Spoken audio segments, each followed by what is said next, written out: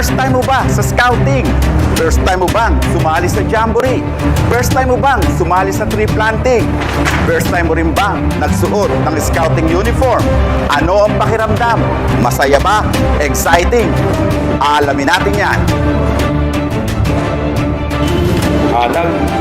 Sumali ako sa Boy Scout dahil nainganyo ako ng mga kasama ko at kahit papaano, maranasan ko pa rin kung papaano yung mga ginagawa ng Boy Scout. First time mo ba sa scouting?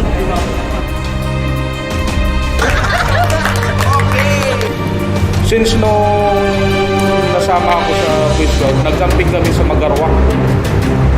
Sa Puerto Princesa pa rin. First time mo ba sa scouting?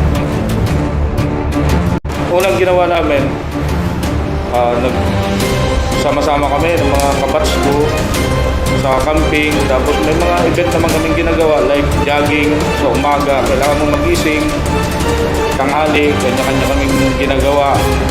Naka-schedule kung sinong halimbawa, magsasaing, sino manguha ng mga panggatong. First time mo ba sa scouting? And who knows when we're we all together again, singing all together again, we're here.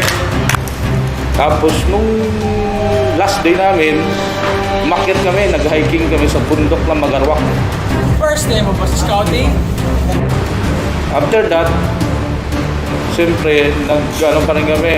May event pa rin ang ginawa sa amin. Tinuturuan kami kung paano yung mga rules, regulation ng Boy Scout at First time mo ba sa scouting? mga yung ginagawa naming event, yung mga pagtatali. First time mo ba sa scouting?